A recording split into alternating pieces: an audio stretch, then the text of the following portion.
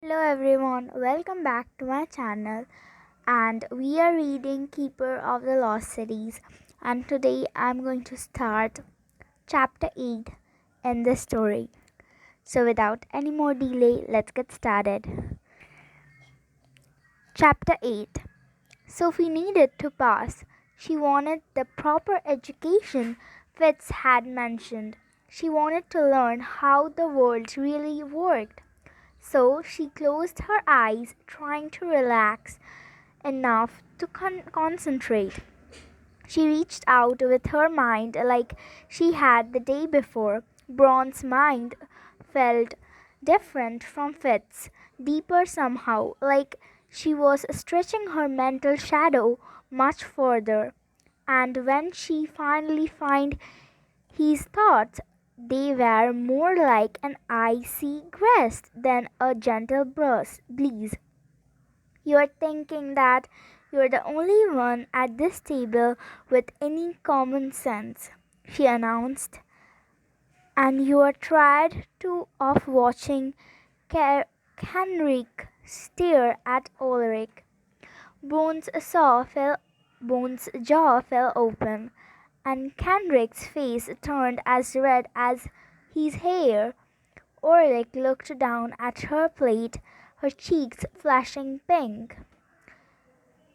I take it, that's right, Eldon asked, hiding his smile behind his head. Braun nodded, looking angry, cheered, and incredulous all at the same time. How can that be? An ancient mind is almost incapable. The key word is that sentence is almost. Eldon reminded him. Don't feel bad. She's also blessed Fitz blocking. Guilt tugged at Sophie's concentrates as she watched Fitz flush red, especially when Bront grunted and said, sounds like Eldon's golden boy isn't be infallible as everyone thinks. It's more likely that Sophie is exceptionally special, Eldon corrected. Fitz also saw her lift more than 10 times her weight with tackling yesterday. You are kidding. Kenrick gasps, recovering from his embarrassment. At her age, now that I have to see. Sophie shrunk in her chair. But I don't know how I did it. It just sort of happened. Just relax, Sophie. Why not trying something small? Eldon pointed to the crystal goblet in front of her. That didn't sound too hard, and maybe it was like her telepathy. Another sense she had to learn how to use. She replayed the accident, remembering the way she had found the strength deep inside and pushed it out through her fingers. Could she do that again? She raised her hand and imagined lifting the goblet with an invisible hand. Nothing happened for a second, and her palms started to sweat. Then something pulled in her stomach and the glass forced off the table. Sophie stared at the goblet in wonder. I did it. That's it, Braun scoffed, unimpressed. He needed more seriously? Gave her a second. She is still getting used to her ability. Eldon put his hand on her shoulder. Take a deep breath, relax, then see what else you can do. And remember, your mind has no limitations unlike your physical body. Eldon's calm confidence gave her the courage to try harder. She tried to think about the clue he has given her. No limitation. What did that mean? Maybe she could lift more than one thing at once. She blew out a breath, pretending she had 5 more imaginary hands to extend. The tug in her gait felt sharper. But it was worth it. It was worth it when the other 5 goblets rose like crystal flying saucers. Kendrick applauded. Excellent control. Her cheeks grew warm with the applause. Thanks, Bones nodded. It's a couple of glasses. I thought she was supposed to be able to lift 10 times her body weight. Sophie bit her lip. She wasn't sure how much more she could handle, but she was determined to impress Bond. She must be stronger than she realized. How else could she have stopped the lantern? She took another deep breath and shoved every ounce of the force she could feel in her core toward the empty chair next to Bond. A collective gasp rang in her ear as 3 chairs floated off the ground, including the one Bond sat on. Incredible! Alden breathed. Sophie didn't have time to celebrate. Her stomach crumped from the strain and her hold broke. She screamed as the goblets scattered against the table and the chairs crushed to the floor, knocking Bond flat on his back with a thunderous explosion. For a second no one said anything. They just stared in open-mouthed shock. But when Bond expect Sophie, she did dropped one of the counselors. She was pretty sure she did sailed her future with that mistake. Kendrick clapped her on the back, pulling her out of her worries. I have never seen such a natural talent. You are even a natural at our language. Your accent is perfect. Almost as perfect as these guys. He pointed to Alden and Fitz. I'm sorry, what? She asked, amusing she did heard him wrong. Fitz laughed. You have been speaking the Anklanton language since we lifted here, just like you did yesterday.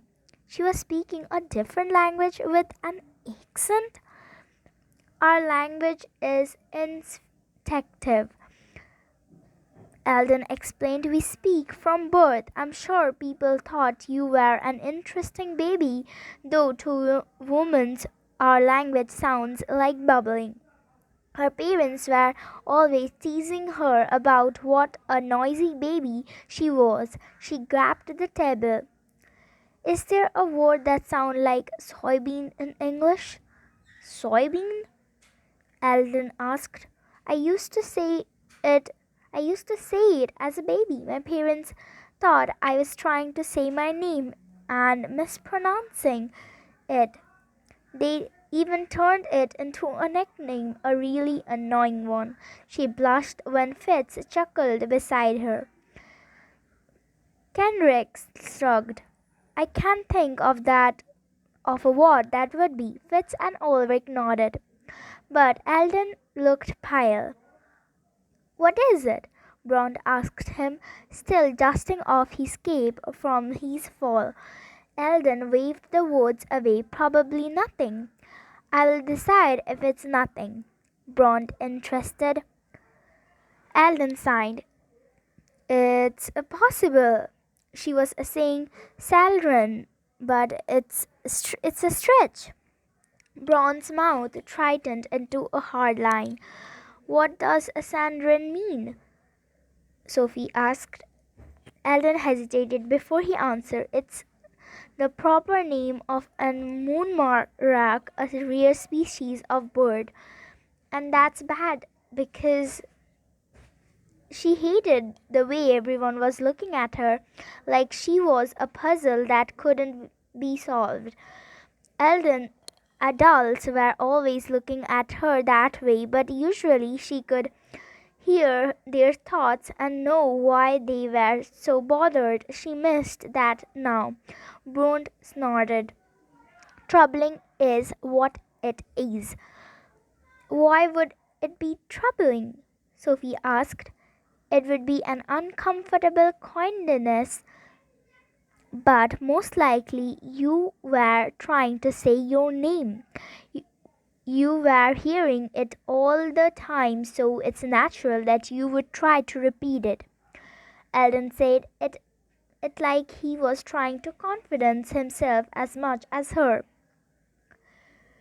Well, I think I have heard quite enough to make my decision, Bront barked, shoving all thoughts of monarchs out of her mind. I vote against, and you will not convince me otherwise.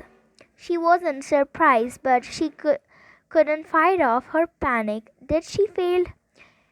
Kendrick shook his head. You are being abstract, Bront. I vote in favor, and you won't convince me otherwise. She held her breath as all eyes turned to Ulrich for the final vote. Hadn't said a word the entire time, so Sophie had no idea where she stood. Give me your hand, Sophie, Ulrich said in a voice as fungal, as lovely as her face. Ulrich's an empath, Sophie explained. She can feel your emotions. Sophie's arm shook as she extended her hand. Ulrich gasped with a delicate touch. I feel a lot of fear and confusion, Ulrich whispered, but I have never felt such sincerity. And there is something else. I'm not sure I can describe it. She opened her huge, aroused eyes and stared at Sophie. You have my vote. Alden clapped his hands together with a huge grin. That settles it then. For now, Brown corrected. This will be revisited. I will make sure if it. Alden's smile faded. When? We should wait till the end of the year. Give Sophie some time to adjust, Kendrick announced. Excellent, Alden agreed. Fools, Bront grumbled. I invoked my right as senior counselor to demand a prom. Alden rose with a nod. I did plan as much. I have arranged to bring her to Coronine as soon as we are done here. Sophie knew she would probably celebrate, but she was too busy trying to despair the word prom. That wouldn't sound fun. What's a prom? She asked Fitz as Alden led everyone out of the room. Fitz leaned back in his chair. Just a different way to read your mind. It's not a big deal. Happens all the time when you are in telepathy training, which is looks you will be. I can't believe you. Paused. It looked iffy there for a minute. I know, she sighed. When did Bront demand a probe? Because he's a pain. Well, that I think he did be worried as my dad wouldn't read your mind. Worried? I guess maybe bothered is a better word. My dad's really good, and so am I. He flushed a choky smile. So if he can't read your mind, it's kind of like who can? Okay, she said, trying to make sense of what he was saying. But why does he care if no one can read my mind? Probably because you're unbringing. She took a deep breath and reluctated to say the next word. You mean the fact that my family is human and I'm not? A second paused before he nodded. Emptiness exploded inside her. So it wasn't a mistake. She really wasn't related to her family, and Fitz knew. He wouldn't look at her, and she could tell he was uncomfortable. She choked down the pain, saving it for later when she did be able to deal with it in private. She cleared her throat, trying to sound normal. Why would that concern him? because it's never happened before. The warm, bright room felt suddenly colder. Never? No. It was a tiny word, but the impressions it carried were huge.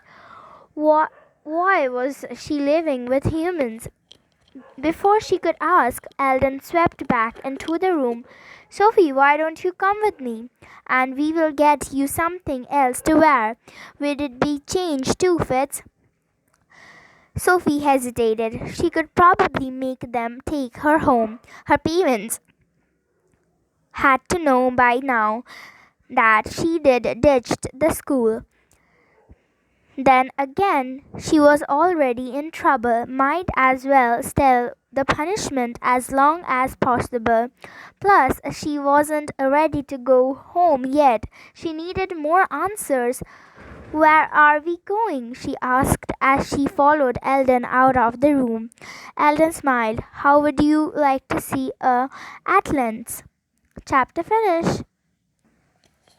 So hope you liked today's chapter. Please comment me down below in the comment section. And if you like my videos, don't forget to give it a thumbs up, subscribe to my channel and share this with your friends. Thank you so much for watching. Bye bye.